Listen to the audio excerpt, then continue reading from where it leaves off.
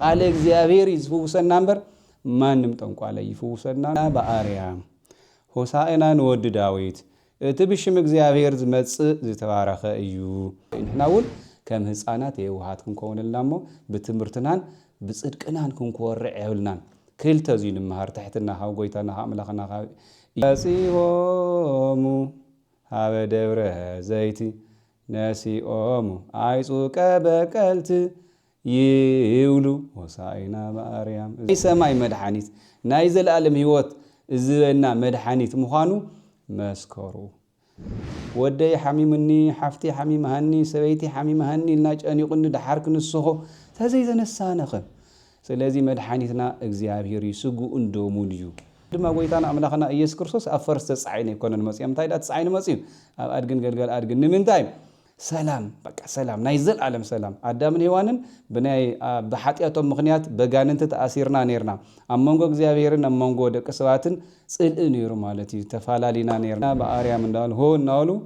ናብ ኢየሩሳሌም ኣተው ኢየሩሳሌም ሻው ብናይ ጎይታና ምስጋና ተመልአት ተናወፀት መቅደስኩም ምዃንና መጠን እግዚአብሔር ዳ ሓድረሎ ፍቲ ልብና ፍቲ ነፍስና እምበር ሸፋቱ ዝበሃል ዘሎ ኣጋንንት እዮም ናይ ኣጋንንት ስራሕ ተንኮል ቂም ስርቂ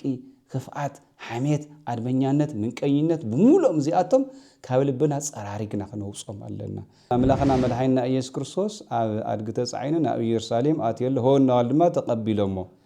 ካብዚ ኣርባዕተ ነገራት እስኪ ንምሃርሎም ማዓንቲ ሓደ ንምሃሮ እንታይ እዩ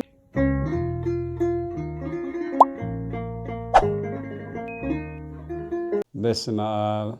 ወወልድ ወመንፈስ ቅዱስ አሐዱ አምላክ ዝኸበርኩም ናይ እግዚአብሔር ቤተሰብ ከመይ ሓዲርኩም ከመይ ውዒልኩም ከመይ ምስኹም ከከም ግዚኡ አሜን እግዚአብሔር አምላኽና ዝተባረኸን ተመስገነን ይኹን ሎም ማዓንቲ ብዛዕባ ሆሳዕና ናይ እግዚአብሔር ቃል ክቐርብ እሞ ሆሳዕና እንታይ እዩ ኣብ ሆሳዕና እንታይ ፍጻመ እዩ ተፈጺሙ ካብ ሆሳዕና እንታይ አይና ንምሃር ምስ ህይወትና ከመይ ጌርና አይና ነተሓዞ ዝብል ሕፅር ብዝበለ ስብከት ከቐርብ እሞ ንዓይ ተዛራቢ አንደበት ከምኡ ድማ ንኹላህና ሰማዕ እዝነ ልቦና ንኽበና ናይ እግዚአብሔር ቅዱስ ፈቃዱ ይኹነልና ሆሳዕና በአርያም ሆሳዕና ንወድ ዳዊት እቲ ብሽም እግዚአብሔር ዝመጽእ ዝተባረኸ እዩ ሆሳዕና በአርያም ወንጌለ ማቴዎስ ምዕራፍ 21 ቁጽሪ 7 ሆሳዕና ለወልደ ዳዊት ብሩክ ዘይመጽእ በስመ እግዚአብሔር ሆሳዕና በአርያም ወንጌል ማቴዎስ ምዕራፍ 21 ቁጽሪ 7 ነዚ ቃል እዚ ዝተዛረቡ ንጎይታና ንኣምላኽና ንመድኃኒትና ኢየሱስ ክርስቶስ ብቅድሚትን ብድሕሪኡን ኮይኖም ሆ እናበሉ ዝመርሕዎን ዝኽተልዎን ዝነበሩ ህዝቢ እዮም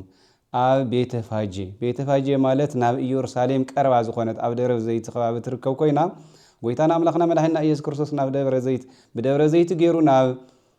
ኢየሩሳሌም ኣብ ዝኣትወሉ ግዜ እዩ እቲ ግዜ ድማ ጎይታና ዝስቀለሉ ዓርቢ ስቕለት ዓርቢ ቅድሚ ዓርቢ ዝነበረት ሰንበት ናብ ኢየሩሳሌም ኣትዩ ንኽስቀል ንዓለም ንኸድሕና ኣብ ዝቀራረበሉ ግዜ ሻባ መዓልቲ እዮም ተዛሪቦሞ እዚ ፍጻመ እዚ ኣብ ወንጌለ ማቴዎስ ምዕራፍ 21 ካብ ቁጽሪ 1 እስካብ 11 ተዘርዚሩ ይርከብ ናብ ኢየሩሳሌም ምስ ቀረቡ ይብለና ኢየሱስ ክርስቶስ ምስ ደቀ መዛሙርቱ ከምኡ ድማ ምስቶም ዝኽተልዎ ዝነበረ ህዝቢ ኣብ ደብረ ዘይቲ ኣብ ቤተፋጄ ምስ ወጽሑ ጎይታና ኣምላኽና መድኃኒትና ኢየሱስ ክርስቶስ ንኽልተ ደቀ መዛሙርቱ ጸዊዑ ከምዚ ይበሎም ኣብቲ ቅድሚኹም ኣብ ዘላ ዓዲ ሓንቲ ኣድጊ ምስ ግልገል ማለት ንእሽተይ ኣድጊ ማለት እዩ ዝተኣሰረት ክትረኽቡ ኢኹም እሞ ፍትሕወን ፈቲሕኩም ኣምጹለይ ንምንታይ ኢልኩሞ እንተኢሎምኩም ግን ጎይታ ይደልየኒ ይበሉ ካብኡ ምንም ኣይብሉኹምን ከምቲ ብነቢይ ዝተጻሓፈ ንጓል ጽዮን ከምዚ ይበልዋ እቲ የዋህን ጻድቕን ንጉስኪ ኣብ ኣድግን ኣብ ገልገል ኣድግን ተጻዒኑ ይመጽእ ከሎ በልዋ እዚ ትንቢት እዚ ንኽፍጸም ካብኡ ቶም ክልተ ደቀ መዛሙርቲ ከምቲ ጎይታ ዝበሎም ነታ ኣድጊ ምስ ግልገላ ፈቲሖም የምጽሉ ኣብ ልዕሊታ ግልገል ኣድጊ ጉዝጓዝ ወይ ድማ ጨርቆም አንጸፉ ንጎይታና ኣምላኽና ኢየሱስ ክርስቶስ ኣብኡ ሰቂሎም ሆሳዕና በአርያም እንዳሉ እቲ ህዝቢ ገሊኡ ብቅድሚት ገሊኡ ብድሕሪት ኮይኑ ሆሳዕና ንወዲ ዳዊት እቲ ብሽም እግዚአብሔር ዝመጽእ ብሩኽ እዩ ሆሳዕና በአርያም እንዳሉ ሆ እናበሉ ናብ ኢየሩሳሌም ኣተው ኢየሩሳሌም ሻው ብናይ ጎይታና ምስጋና ተመልአት ተናወፀት ሻው ኣይሁድ ኣዕገርገሩ እንታይ ዝፍጸም ዘለዎሉ ሳቶም ድማ ናይ ናዝሬት ኢየሱስ ነብይ ኢየሱስ ይመጽዩ ኢሎም መለስሎሞ ሻው እንታይ እዮም ቶም አይሁድ መምህር ደቀ መዛሙርትኻ ስቕ ንኽበሉ ንገሮም ጎይታና ኢየሱስ ክርስቶስ ድማ ንሳቶም እኳ ስቕ ትበሉስ እማን እንዳተስኡ ከምስጉኑ እዮም ከምቲ ኣብ መዝሙረ ዳዊት ምዕራፍ 8 ቁጥሪ 2 ተጻሕፈ እምኣፈ ደቂቁ ህፃናት አስተዳለው ከሰሃተ በእንተ ጸላኢ ከመትንስቶ ለጸላኢ ወለገፋኢ ዝብለሎ ካብ አፍ ቆልዑን ህፃናትን ምስጋና አቅረብካ አመጥካ ምስጋና አዳለኻ ነቲ ጸላኢ ነተገፋዓን ምእንቲ ክትነቁለን ምእንቲ ክትሕፍሮን አዳለኻ ዘለ ትንቢት ምእንቲ ክፍጸም ሆናሉ ወዲያው ጎይታና አምላኽና ኢየሱስ ክርስቶስ ናብ ኢዛኣተወ ናብ ኢየሩሳሌም አትዩ ናብ ቤተ መቅደስ ይዝኣተወ ኣብ ቤተ መቅደስ ድማ ብዙሓት ነጋዶ ሸየጥቲ ለወጥቲ ጸንሕዎ እቲ ቤተ መቅደስ ናይ ጸሎት ቤት እናሃለወ ናይ ሽፍታ ቦታ ገይሮሞ ጸንሕሞ ንዓቶም ገላዊጡ ነታ ቤተ መቅደስ ነፃ ገበራ ሃሌሉያ ሃሌሉያ ሃሌሉያ ሃሌሉያ ሃሌሉያ ወእንዘ ሰሙን በዓለ ፋሲካ ቀሩ አርዳኢሁ ለአምላከ ጽድቅ ሃበ ደብረ ዘይት ሙራደ አቀብ ሃገረ እግዚአብሔር ወተቀበልዎ ሕዝብ ብዙሃን አይሩግ ወሕፃናት ነሲኦሙ አይጹቀ በቀልት እንዘይብሉ ሆሳዕና በአርያም ተጽኢኖ ዲበዋል ቦአ ሃገረ ኢየሩሳሌም በትብስይት ወበሐሴት ይሆሙ ኃይለ ወስልጣን እንዘይብሉ ሆሳዕና በአርያም ተጽኢኖ ዲበ እዋል ቦአ ሃገረ ኢየሩሳሌም በትብስይት ወበሐሴት ይሁሙ ኃይለ ወስልጣን ቅዱስ ያሬድ ንሆሳዕና መዝሙር አዳሊ መዝሙር ኣብ ዕለት ሆሳዕና ሰንበት ዝዝመር ብዜማ ብዝማሜ ብቁም ብመረግድ ብጽፍዓት እዚ ይقወም ሆሳዕና መዓልቲ ሞ ቅዱስ ያሬድ እታ ዝተጠቕሰት ኣብ ወንጌል ማቴዎስ ምዕራፍ 21 ካብ ቁጽሪ 1 እስካብ 11 ዘላ ተዘርዚራ ዘላ ብግእዝ ከምዚ ገይሩ ዜማ እዚኣ ደሪስና ኣቦና ቅዱስ ያሬድ ጸሞ ኣብ ጸሞ ድጓ እዚ ክንትንትኖ ከለና ካብ ምዕራፍ 1 ክንጅምሮ ከለና ጎይታና ኢየሱስ ክርስቶስ ናብ ኢየሩሳሌም ከኣቱ ከሎ ኣብ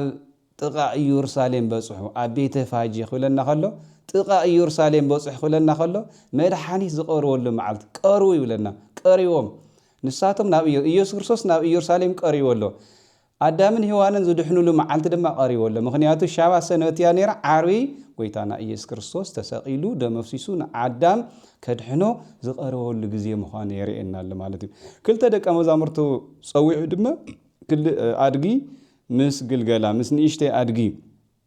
ተኣሲራላ ከይድኩም ፍትሕዋ ወሎም አድጊ ዝበሃል ዘሎ አዳም እዩ አዳምን ሔዋንን እዮም እዚኣቶም ተኣሲሮም ፍትሕዋ ማለት ካብ ማእሰር ንምንታይ ኢልኩም መኽብልኩም እዮም ንጎይታ ያድልዎም አጋንንት እኮ ክፍትሑ ይደልዩ ነይሮም ዘካርያስ ከምቲ ዝተነበዩ ኣብ ትንቢተ ዘካርያስ ምዕራፍ 9 ቁጽሪ 9 ንጓል ጽዮን ከምዚ ይበልዋ እቲ ንጉስኪ የዋሃን ጻድቕን ኮይኑ ኣብ አድግን ገልገል አድግን ተጻዒኑ ናባኺ ይመጽእ ኣሎ በለ ዘካርያስ ከምኡ ድማ ጎይታና ነዚ ትንቢት እዚ ንኽፍጽም ኣብ አድጊ ተጻዒኑ ኣብ ዒሎ አድጊ ተጻዒኑ ናብ ኢየሩሳሌም ኣተወ ነገስታት ታይም ዝገብሩ ነይሮም እቲ ግዜ ናይ ኩናት ግዜ ናይ ጦርነት ግዜ ናይ ሽግር ግዜ ተኮይኑ أفرس يصعنمو كوينات ويدما طور حيزوم نا يورسالم يأتو نجستات اللي ميكرتاتهم نبياتهم نبيات حما أزبن كمتص مخانو أفرس تصعينهم كوينات حيزوم يرئيوم نورو اندحر سلام كوينو صبوق ناي صغاب زمن تخوين دما أدغن أبغلغل أدغن تصعينهم ጭራ ሒዞም እንዳነስነሱ እንዳወተሉ ናብ ኢየሩሳሌም ያአቱ ናብ ከተማ ያአቱ ሞተዙ ድማ ሰላም ከም ዘሎ ጸጋብ ከም ዘሎ ይርድኦ ነረ በምሳሌ ይርድኦ ነረ ሕዚ ድማ ጎይታና አምላኽና ኢየሱስ ክርስቶስ አፈርስ ተጻይነ ይኮነን መጽየም ታይዳ ተጻይነ መጽዩ ኣብ አድግን ገልገል አድግን ንምንታይ ሰላም በቃ ሰላም ናይ ዘለዓለም ሰላም አዳምን ሔዋንን በናይ በኃጢአቶም ምክንያት በጋንንት ተአሲርና ነርና አመንጎ እግዚአብሔርን አመንጎ ደቀ ሰባትን ጽልእ ነይሩ ማለት እዩ ተፋላሊና ነርና ኃጢአተኛታት ተባሂልና ናይ ዲያውሎስ ባሮስ ነርና ሰላም ካብ ሕዚ ጀሚሩ ሰላም ኢየሩሳሌም ሰላም ከም ዝኾነ ደቀ ሰባት ሰላም ኢየሱስ ክርስቶስ ኣብ መስቀል ተሰቂሉ ዓርብ ስቅለት ሰላም ናይ ሰላም ምሳሌ ዘርእየና ዘሎ ቶም ነገስታት ናይ ምድር ሰላም እዮም ዝገልጹሉ ነይሮም ነቲ እስራኤል ናይ ክርስቲያን ምሳሌ ጎይታና አምላኽና ኢየሱስ ክርስቶስ ቶም ነገስታት ናይ ቶም ነቢያት ናይ ኢየሱስ ክርስቶስ ምሳሌ ኢየሱስ ክርስቶስ ድማ ሰላም ዘለዓለማው እግዚአብሔር ዘበና ሰላም ማንም ሰብ ዘበና ሰላም ንግዚ እዩ እግዚአብሔር ዘበና ሰላም ግን ናይ ዘለዓለም ምዃኑ ከርእየና ምእንቲ ኣብ አድግ ተጻዒኑ ናብ ኢየሩሳሌም ኣተወ አውዚ ቶም ህዝቢ ዘላቶም እዮም አንጽፎሙሉ ክዳንም እናንጸፉ ክዳን ታዘላ ታኽዳን እንዳንጸፉ በቅድሚት ኢየሱስ ክርስቶስ ኣብ ዒሉ ተጻዒኑ ወይ ድማ ፍታ ግልገል አድግ ተጻዒኑ ከኣት ተኸሎ እቲ ክዳንም እናንጸፉ ተቀበልዎ ቆጽል እንዳቆረጹ አይጹቆ በቀልት ይብለ ቆጽል እንዳቆረጹ ድማ ተቀበልዎ በቅድሚትን ብድሕሪት ሆናውልና መስገኑ ሆሳዕና በአርያም እናወሉ እናመስገኑ ዘለና ገርና ናይ ደስታ ሰላም ስለዝኾነ መድኃኒት ወሉ ሆሳዕና ማለት ትርጉሙ መድኃኒት ሕዚ በአርማይስ ቋንቋ ኮይኑ ሆሳዕና ማለት ሕዚ መድኃኒት ማለት በቃ መድኃኒት ናይ ምንታይ መድኃኒት ናይ ሰማይ ናይ ስጋ ናይ ነፍስን መድኃኒት ጎይታና አምላኽና ኢየሱስ ክርስቶስ ነታ ቆሲላ ዝነበረት ነፍስና መድኃኒት ኮይኑ ተሰቂሉ ስለዘድሐነና መድኃኒት ሆሳዕና በአርያም ናይ ሰማይ መድኃኒት ናይ ዘለዓለም ህይወት ዝበና መድኃኒት ምዃኑ መስከሩ ቀጥታ ናብ ኢየሩሳሌም መስኣተው ድማ ነቲ ኣብ ቤተ መቅደስ ዝነበረ ኩሉ ሸየጥትን ለወጥን በታተኖም በጺሆሙ ሃበ ደብረ ዘይቲ ነሲኦሙ አይጹቀ በቀልት ይብሉ ሆሳዕና በአርያም እዚውን ቅዱስ ዲያርዮስ ዝደረሶ ዜማ እዩ ያው ኣብ ደብረ ዘይት በጺሖም ቆጽለ ልዒሎም ሆሳዕና በአርያም እንዳበሉ ኣመስገንዎ እንታይ እዩ እዚ ካብዚ እስክንታይ ኢና ንምሃር ጎይታና አምላኽና መድኃኒትና ኢየሱስ ክርስቶስ ኣብ አድግ ተጻዒኑ ናብ ኢየሩሳሌም ኣትየሎ ሆናዋል ድማ ተቀቢሎሞ ካብዚ ኣርባዕተ ነገራት እስክንምሃርሎም ማዓንት ሓደ ንምሃሮ እንታይ እዩ መድኃኒትነት መድኃኒት መን እዩ ጎይታና አምላኽና ኢየሱስ ክርስቶስ እግዚአብሔር መድኃኒት ምዃኑ ክልተ ዓይነት እዩ ሓደ ናይ ስጋ መድኃኒት ካልኣይ ናይ ነፍሲ መድኃኒት ብስጋ ናይ ስጋ ሕመማን ፈዊሱ እዩ አምላኽና ኢየሱስ ክርስቶስ ንብዙሕ ዓመት 38 ዓመት እግሩ ለሚሱ ዝነበረ ኣብ ዮሐንስ ወንጌል ምዕራፍ 5 ኣሎ 38 ዓመት ኣብ ዓራት ኮይኑ ዝወስድዎ ዝነበሩ ብድድበል ዓራትካ ተሸኪምካ ከይድ በሓደ ብቃሉ ፈዊስዎ እዩ ለምጻማት ፈዊሱ ዓይነ ስውራት ፈዊሱ ምውታነ ተስዩ ብስጋ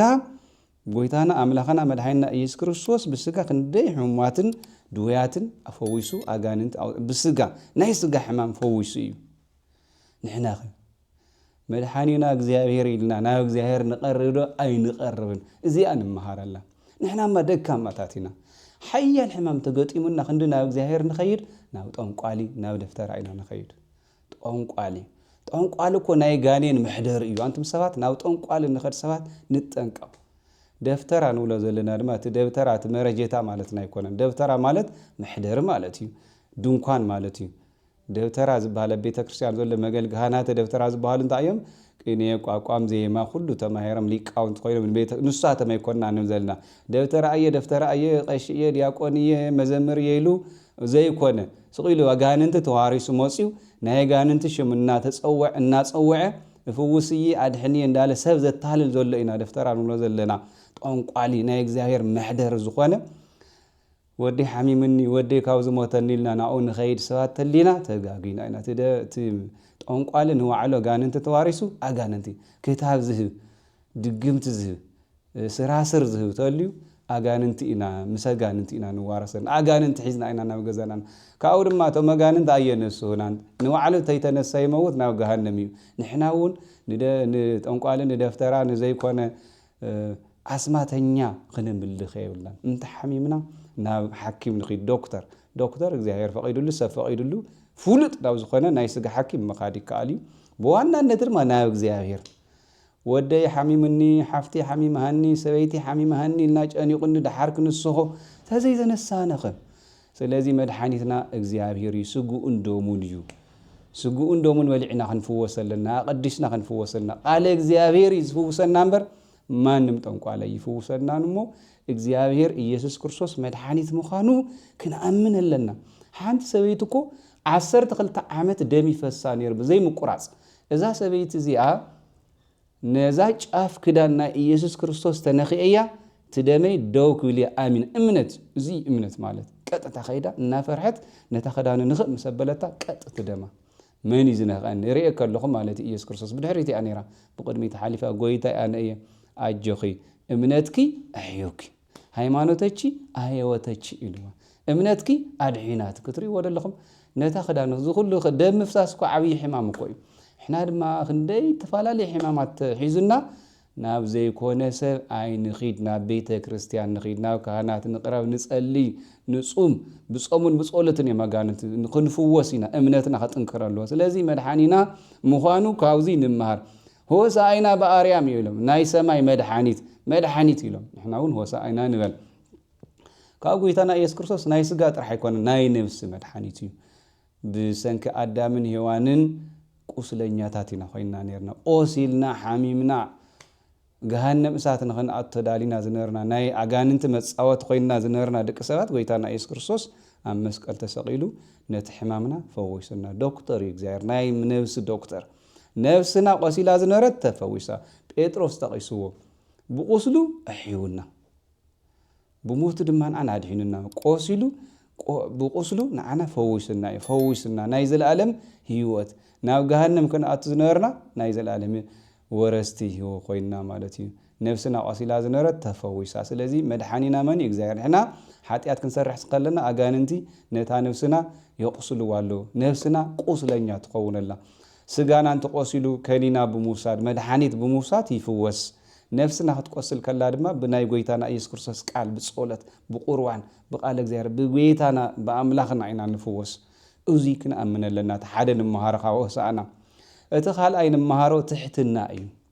ጎይታና ኣምላኽና ኢየሱስ ክርስቶስ ሰማይን ምድርን ዝፈጠረ ኣምላክ ከሎ ኣብ ኣድጊ ተጻዒኑ ኣብ ዒል ወይ ድማ ገልገል ኣድጊ ተጻዒኑ ናብ ኢየሩሳሌም ኣትዩ ንሕና ከም ጎይታና ኢየሱስ ክርስቶስ ትሑታት ድና ኣይ ንሕናማ ደካማታት ኢና ትዕቢተኛታት ኢና ንሕና እኮ ንእሽተይ ስልጣን ተሊሃና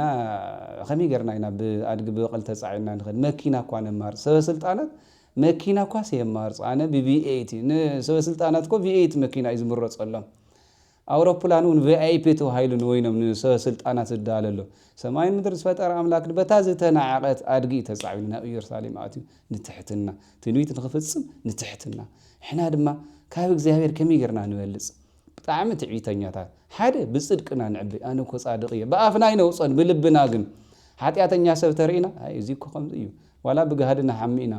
እዚ እኮ ከምዚ እዩ እዚ እኮ ሌባ እዩ እዚ እኮ ሰራቂ እዚ እኮ ዝሙተኛ እዚ እኮ ሓጢአተኛ እንዳልና ኣብ ልዕሊ ሰባት እናፈረድና ናይ ባዕልና ሓጢአት ተይራእና ሰብ ዝበቅዕ ግን ብትሕትና እዩ ዝኾነ ፈላሲ መጀመርያ መላእክቲ ጻዕዳ ብጻዕዳ ኮይኖም ርእይዎም خير ناب أمينيت أنا بقي عدي أي وقع خاني لما خال أيد ما كل ناي عالم حتى أتري وأي وقع خاني ما جرى شاكن كابقول عتيز جور حتى أتري إن ناب خير نافتم أمينيت يخدموا قويت بوي بقي عدي لهم حزي غاز وقع خاي لهم سبز وقع حتى أدخل ذكر كله عشان إحنا نتعيز لنا شجرنا خير نوقع بتعيد توترنا بصادقية تصومنا تسألنا تقرأنا نتخالق زي يقرأنا رأنا رئيسنا سمياتنا وصحنا زلنا حاجة كهلا بتمرتنا نخرع زي ما تتمهرنا من كمانا أقوى تمهرنا دقوا تمهرنا صوم دقوا تمهرنا دياقون كوينا قيش كوينا ويب أباس كوينا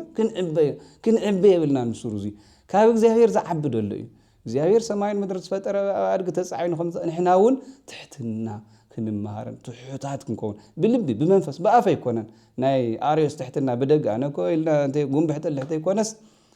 ብውሽጥናስ ባዶነት ክስምዓና ኣሎ ጎይታና ኢየሱስ ክርስቶስ ሓደ ግዜ እቶም ሐዋርያት ታይሎሞ ጎይታ ካብ ኩላህና ዝዓበየስ መን እዩ ንሳቶም እንታይ ሓልዮም ነይሮም ጴጥሮስ ክብሎም ዮሐንስ እንድርያስ ክብሎም እዮም ደልዮም ነይሮም ሕና እኮ ኣብ ሓንቲ ገዛ ሓደ ናይ ቤተ ክርስቲያን ከምዚ ከማይ ትዕቢተኛ ቤተ ክርስቲያን ፈልጥ እየ ዝብል ተልዩ ካልኦት ዘይፈልጡ ተልዮም መን ዓብይ ተተባሂሉ ኣነ እየ ይኽእል ብውሽጠይ ብኣፈይ ዋላ ይንበል ምክንያቱ ቀሺ እንተኮይኑ ኣነ እየ ዝዓብኹ ወይ ዲያቆን እንተኮይኑ ኣነ እኮ እየ ዝበለፅኩ ኢሉ ብውሽጡ ክዛረብ ጌጋ እዩ ግን እዚ ከምኡ ኣይኮነን ኣነስ ባዶ እየ ክንብል ኣለና ብውሽጥና ብጣዕሚ ትሑታት ክንከውን ኣለና ሓጢኣትና ክንዝክር ኣለና ኢየሱስ ክርስቶስ ግን ህፃን ኣምፅዩ ከምዚ እዚ ህፃን እዚ ዓብይ ኣብ መንግስተ ሰማያት ኢልዎ ከም ህፃን እንተዘይተመሊስኩም ናይ ዘለኣለም ህይወት ኣይት እንኳን ዓበይቲ ክትኮንስ ናይ ዘለኣለም ህይወት ኣይትወርስዋኒ አንቱም ሰባት ይገርም ኮይኑ ከም ህፃን የዋሃይ ህፃን ዝተሓተ ዝተናዓቀ ዝኾነ ነገር ከኻፍ መበል ተሊስ ነቲ ህፃን ስኢልካ ባይታ ኢኻ ተብሎ ጋሻ ተመፂ ነቲ ዓብይ ብላዕሊ ኢኻ ተብሎ ህፃን ዝተናዓቀ ተዋረደ እዩ ንሕና እውን ከም ህፃናት የዋሃት ክንከውን ኣለና እሞ ብትምህርትናን ብፅድቅናን ክንኮርዕ የብልናን ክልተ እዚ ንምሃር ትሕትና ካብ ጎይታና ካብ ኣምላኽና ካብ እዩ ሳልሳይ ንምሃር እንታይ እዩ ምስጋና እዩ በታ ዘላትና ንእግዚአብሔር ክነምስግን ጎይታና ኢየሱስ ክርስቶስ ናብ ኢየሩሳሌም ከኣቱ ከሎ ሆሳዕና በአርያም እንዳዋልኦም ኣመስጊኖሞ ታዘላ ታ ጨርቆም እንዳቆረፁ ቆፅሊ እንዳቆረፁ ንሕና ድማ ታንኽእላ ብዜማ ድያ ብቅዳሴ ድያ ብሰንበት ትምህርቲ ቤት ብመዝሙር ሰብ ድማ ይንዓቕ እዚኦም ኮ ናይ ሰንበት ትምህርቲ ቤት እዚኦም ኮ ግእዝ ይተማሃሩ እዚ ኮ ቅዳሴ ይፈልጥ ናይ ንበል በታ ንኽእላ ታንኽእላ ናብ እግዚአብሔር ክነቐርብ ኣለና ክነመስግን ኣለና እቲ ራብዓይ ንምሃሮ እንታይ እዩ ካብ ቤተ መቅደስ ክንፍለይ የብልና ጎይታና ኢየሱስ ክርስቶስ ናብ ኢየሩሳሌም ስኣቱ ወዲያው ናብ ቤተ መቅደስ ይኸይዱ ኣብ ቤተ መቅደስ ከይዱ ድማ ነቶም ሸየጥቲ ለወጥቲ እቲ ዝሰርሕዎ ዝነበረ ኣፍረሰሎም ማለት እዩ ነታ ቤት ናይ ሸፋቱ ዋሻ ኮይና ዝነበረት በታተኖም ኣፅረያ ፀረጋ ንሕና ድማ ካብ ቤተ መቅደስ ናይ ሎሚ ናይ ኣውሪት ቤተ መቅደስ ናይ ሐዲስ ኪዳን ቤተ ክርስቲያን እያ ካብ ቤተ ክርስቲያን ጌታ ወዲያው ከይዱ ናብ ቤተ መቅደስ ይኣትዩ ንሕና ንመቐለ እንተኸይድና ናብ ቤተ ክርስቲያን እንድንኸድ ኣይንኸድን